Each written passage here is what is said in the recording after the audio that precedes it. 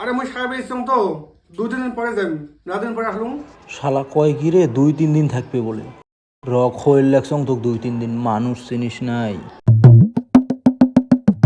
দাদা ভাল লাগিল বহুত, এতদিন পরে আসছেন। এমন করে মাঝে মাঝে আসলে ভাল লাগে, কিন্তু আসি এলাই বল যাবার পাবার না, চা না খায় কিন্তু যাবার পাবার না। এতদিন পরে সাগাই বাড়ি যাচ্ছেন, চা না খায় গেলে কেমন হবে? আমারও তো একটা মানবতা আছে না, নাহলে মানুষ শুনলে কি করবে? এতদিন পরে সাগাই যাচ্ছে, চা না খাইয়া পাঠিয়ে দিচ্ছে, চা খায়া তারপরে যাবেন। খাওয়া মই 2-3 দিন থাম বলে এসেছিলাম, এ খালি চা খাওয়া কথা কয় কথা।